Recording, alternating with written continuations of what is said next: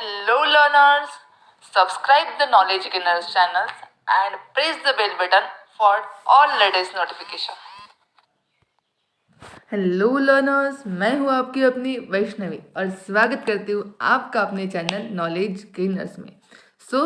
इस video series में हम देख रहे थे डेटाबेस मैनेजमेंट सिस्टम और जो भी नॉर्मलाइजेशन के लिए हमें इम्पोर्टेंट टर्म्स थी वो हमने कंप्लीट कर ली थी, जैसे कि कीज़ है, फंक्शनल डिपेंडेंसीज है, ये तो हो गए। लेकिन जो हमारी चल रही थी फंक्शनल डिपेंडेंसी के लिए प्रिपरेशन, तो उसके लिए हमें कुछ और टर्म्स देखनी है जो कि अभी इस वीडियो में देखने वाले हैं। क्लोजर कि क्लोजर किस तरह से फाइंड आउट करते हैं। अभी जैसे कि फंक्शनल डिपेंडेंसी को हम देखते थे कि एक फंक्शन अल्फ़ा टू बीटा जो भी फंक्शनल डिपेंडेंसी है उसे, लेकिन अल्फ़ा का जो क्लोजर है वो फाइंड आउट कैसे करना है वो हमने अभी तक नहीं देखा। तो ये भी उतनी ही इम्पोर्टेंट टर्म है जितने कि हमारे लिए फंक्शनल डिपेंडेंसी और कैंडिडेट की फाइंड आउट करना है। तो हम आज देखने वाले हाउ टू फाइंड क्लोजर। तो डायरेक्टली एग्जाम्पल से हम स्टार्ट करते हैं और हम देखते हैं कि किस तरह से हमें क्लोजर फाइंड आउट करना है। चलिए शुरू करते हैं। तो सबसे पहले हमारे पास एक रिलेशन है जिसमें कि 5 एट्रीब्यूट्स है, ACDE and H। 5 एट्रीब्यूट्स है और उनकी कुछ फंक्शनल डिपेंडेंसीज हमें दी गई है।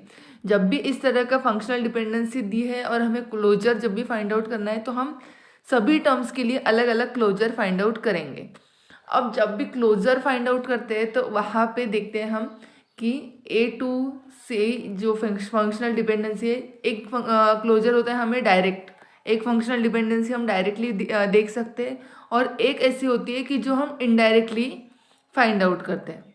ठीक है, तो क्लोजर कैसे फाइंड आउट करना है, एक फंक्शनल डिपेंडेंसी जो हमें डायरेक्ट दिख रही है और एक फंक्शनल डिपेंडेंसी जो कि इनडायरेक्ट है। अब डायरेक्ट जो दिख रही है तो वो तो हमें समझ में आता है कि कैसे है, लेकिन इनडायरेक्ट कैसे फाइंड आउट करना है। तो चलिए स्टार्ट करते हैं कि देखते हैं कि इनडायरेक्ट फंक्शनल डिपेंडेंसी किस तरह से फाइंड आउट करना है। अभी हमारे पास, अब हम सबसे पहले फाइंड आउट करेंगे ए का क्लोजर। ए का क्लोजर फाइंड आउट करना है तो ए फंक्शनल डिपेंडेंसी से हम क्या क्या फाइंड आउट कर सकते हैं।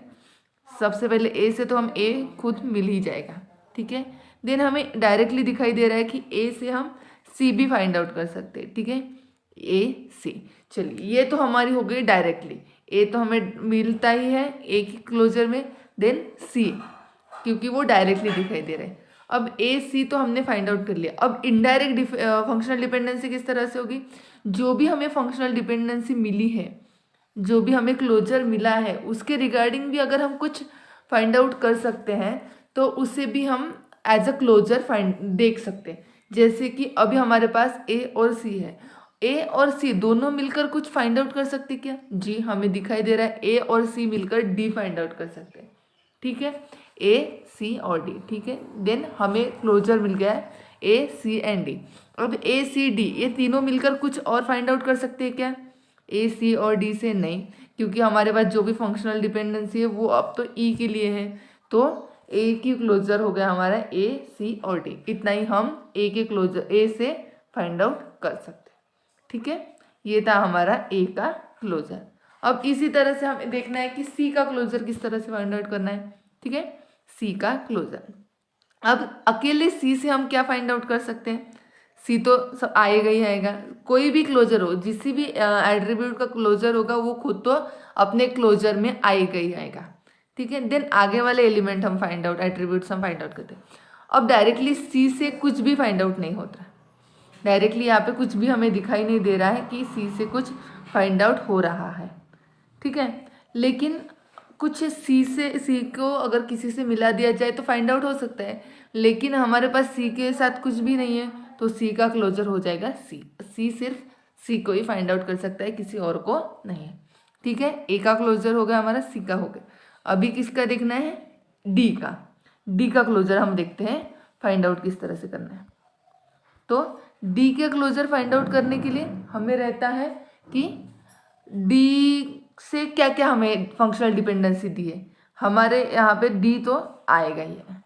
देन डी से हम क्या फाइंड आउट कर सकते हैं, कुछ भी नहीं, यहाँ पे डी से कोई फंक्शनल डिपेंडेंसी नहीं है तो डी के क्लोजर में सिर्फ डी ही आएगा।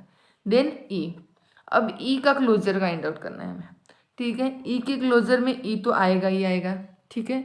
देन ई से हम फर्दर क्या फाइंड आउट कर सकते हैं, ई से हम ए फाइंड आउट कर सकते हैं, ई से हम डी फाइंड आउट कर सकते हैं, डी से ई से हम एच फाइंड आउट कर सकते हैं, ठीक है। ए भी मिल गया, डी भी मिल गया, एच मिल गया, ई मिल गया। अभी अब इन सबको मिलाकर हम कुछ और फाइंड आउट कर सकते हैं क्या, ठीक है। ए से हम सी फाइंड आउट कर सकते हैं, ठीक है। देन ए और सी मिलकर हम डी फाइंड आउट, लेकिन डी तो हमारे पास पहले ही है, तो फिर ई से क्या हम फाइंड आउट कर सकते हैं, ए सी डी ई और एच, यानी कि पूरा का पूरा रिलेशन हम ई से फाइंड आउट कर सकते हैं। सो ई को हम क्या बोल सकते हैं, कैंडिडेट की। इस रिलेशन की कैंडिडेट की भी हम ई को बोल सकते हैं, और ई का क्लोजर भी पूरा रिलेशन मिल रहा है, ठीक है। अभी हमें देखना है एच का क्लोजर। अब एच के क्लोजर में भी सिर्फ एच ही आएगा, क्योंकि एच से कोई भी फंक्शनल डिपेंडेंसी हमें नहीं मिल रही, ठीक है। सो इस तरह से हमें क्लोजर फाइंड आउट करना है। ये था हमारा पहला क्वेश्चन, जिससे हमने पूरे के पूरे एट्रीब्यूट्स के क्लोजर फाइंड आउट कर लिए, ठीक है। अब देखते हैं नेक्स्ट। इसी तरह से हम बहुत सारे क्वेश्चंस सॉल्व करेंगे, ताकि हम क्लोजर आसानी से और जल्दी से जल्दी फाइंड आउट कर सकें, क्योंकि हमें कैंडिडेट की जब भी फाइंड आउट करनी है तो इसमें क्लोजर का हमें यूज़ करना ही है। अब यहाँ पे 4 एट्रीब्यूट्स है, पी क्यू आर एस। तो सबसे पहले हम पी का क्लोजर देखते हैं क्या आएगा, ठीक है। अब पी से हम फर्दर क्या फाइंड आउट कर सकते हैं, पी फाइंड आउट कर सकते हैं। पी से हम क्यू भी फाइंड आउट कर सकते हैं।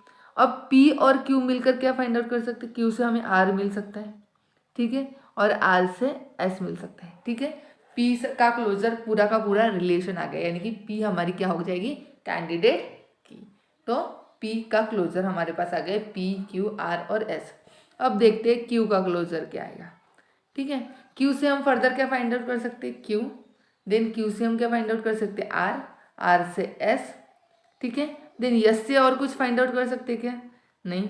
क्यू आर और इन तीनों को मिलकर, क्यू आर और एस, इन तीनों को मिलकर हम पी को फाइंड आउट कर सकते हैं, नहीं। तो क्यू का क्लोजर हो जाएगा क्यू आर एंड एस। अभी आर का क्लोजर देखना है हमें, ठीक है। आर का क्लोजर में क्या आएगा, आर खुद तो आएगा ही आएगा। देन आर से हम क्या फाइंड आउट कर सकते हैं, एस, आर और एस, और आर एस मिलकर कुछ और फाइंड आउट कर सकते हैं, नहीं। तो आर का क्लोजर हो जाएगा आर और एस, और एस लास्ट वाला हमारा एस का क्लोजर। एस से हम यस तो फाइंड आउट करेंगे, लेकिन फर्दर एस से कुछ और फाइंड आउट हो जाएगा, नहीं। एस से कोई भी फंक्शनल डिपेंडेंसी मैच नहीं करती, तो एस का क्लोजर सिर्फ एस ही होगा। तो पी का, क्यू का, आर का और एस का सभी का हमने क्लोजर यहाँ पे देख लिया, ठीक है। ये हो गई हमारी पी क्यू आर और एस, इस रिलेशन के लिए हमारा क्लोजर।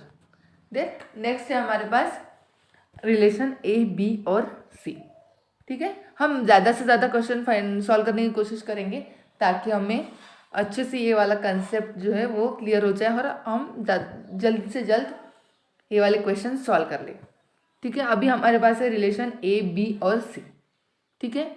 ए का क्लोजर हमें अभी फाइंड आउट करना है। तो ए के क्लोजर में ए तो खुद आएगा। देन ए से हम क्या फाइंड आउट कर सकते हैं, बी। बी से क्या कर सकते हैं, सी, ठीक है। और सी से फिर क्या कर सकते हैं, लेकिन ए तो हमारे पास पहले ही है, तो ए का क्लोजर हो गया ए बी सी, यानी पूरी की पूरी रिलेशन, यानी कि ए क्या हो गया, हमारी कैंडिडेट की, ठीक है। देन बी से हम क्या फाइंड आउट कर सकते हैं, बी खुद तो आएगा। देन बी से हम क्या फाइंड आउट कर सकते हैं, सी। सी से फर्दर हम क्या फाइंड आउट कर सकते हैं, ए, यानी कि बी का क्लोजर भी पूरा का पूरा रिलेशन आ गया, यानी बी भी हमारा क्या हो सकता है, कैंडिडेट की। और एक बात हम अच्छे से याद रखेंगे कि एक रिलेशन में मोर देन वन कैंडिडेट की भी हो सकती है। सो ये कोई बड़ा इशू नहीं है कि एक रिलेशन में कोई ज़्यादा, एक से ज़्यादा कैंडिडेट की आ जाए, ठीक है। तो ये था हमारा बी भी हमारा होगी कैंडिडेट की। देन सी, अभी सी में क्या है, सी का क्लोजर हम क्या फाइंड आउट कर सकते हैं, सी आएगा, ए आएगा, और ए से हम फर्दर बी फाइंड आउट कर सकते हैं, यानी कि सी भी हमारी हो जाती है पूरी की पूरी रिलेशन और कैंडिडेट की, ठीक है। तो ए बी और सी तीनों के क्लोजर हमारे मिल गए, ए बी सी। ये थी हमारा नेक्स्ट, ये था हमारा नेक्स्ट क्वेश्चन। अभी और हमें एक क्वेश्चन देखते हैं। रिलेशन है हमारे पास वी डब्ल्यू एक्स वाई और जेड, ठीक है। अब इस रिलेशन में हमें देखना है कि वी से हमें वी का क्लोजर हमें क्या मिलता है। ठीक है, सबसे पहले वी से हम फर्दर क्या फाइंड आउट कर सकते हैं, वी तो आएगा ही आएगा। वी से और क्या फाइंड आउट कर सकते हैं, कुछ भी नहीं, तो वी का क्लोजर आएगा सिर्फ वी। देन डब्ल्यू, डब्ल्यू का क्लोजर आएगा डब्ल्यू। देन डब्ल्यू से हम क्या फाइंड आउट कर सकते हैं, एक्स, और डब्ल्यू एक्स दोनों मिलकर कैसे फाइंड आउट कर सकते हैं, वाई, और डब्ल्यू एक्स वाई मिलकर कुछ फाइंड आउट कर सकते हैं क्या, नहीं। तो डब्ल्यू का क्लोजर आएगा डब्ल्यू एक्स और वाई। ठीक है, और देन एक्स का क्लोजर, एक्स के क्लोजर में क्या आएगा, एक्स तो खुद आएगा ही आएगा। देन एक्स से हम फर्दर क्या फाइंड आउट कर सकते हैं, एक्स से तो हम कुछ भी फाइंड आउट नहीं कर सकते। जब तक हमारे पास डब्ल्यू नहीं होगा तब तक हम वाई को फाइंड आउट नहीं कर सकते। या तो दोनों होने चाहिए, किसी एक से हम काम नहीं चला सकते। सिर्फ डब्ल्यू हो और सिर्फ एक्स हो तो हम वाई फाइंड आउट नहीं कर सकते, दोनों होना ज़रूरी है। सो एक्स से हम सिर्फ एक्स ही फाइंड आउट कर सकते हैं। ठीक है, देन हमारे पास है वाई। वाई का क्लोजर क्या आएगा, वाई, क्योंकि वाई के लिए भी कोई फंक्शनल डिपेंडेंसी नहीं है, सो वाई का क्लोजर भी आएगा वाई। देन लास्ट है हमारा जेड। जेड का क्लोजर क्या है हमारे पास, आएगा जेड तो खुद आएगा ही आएगा।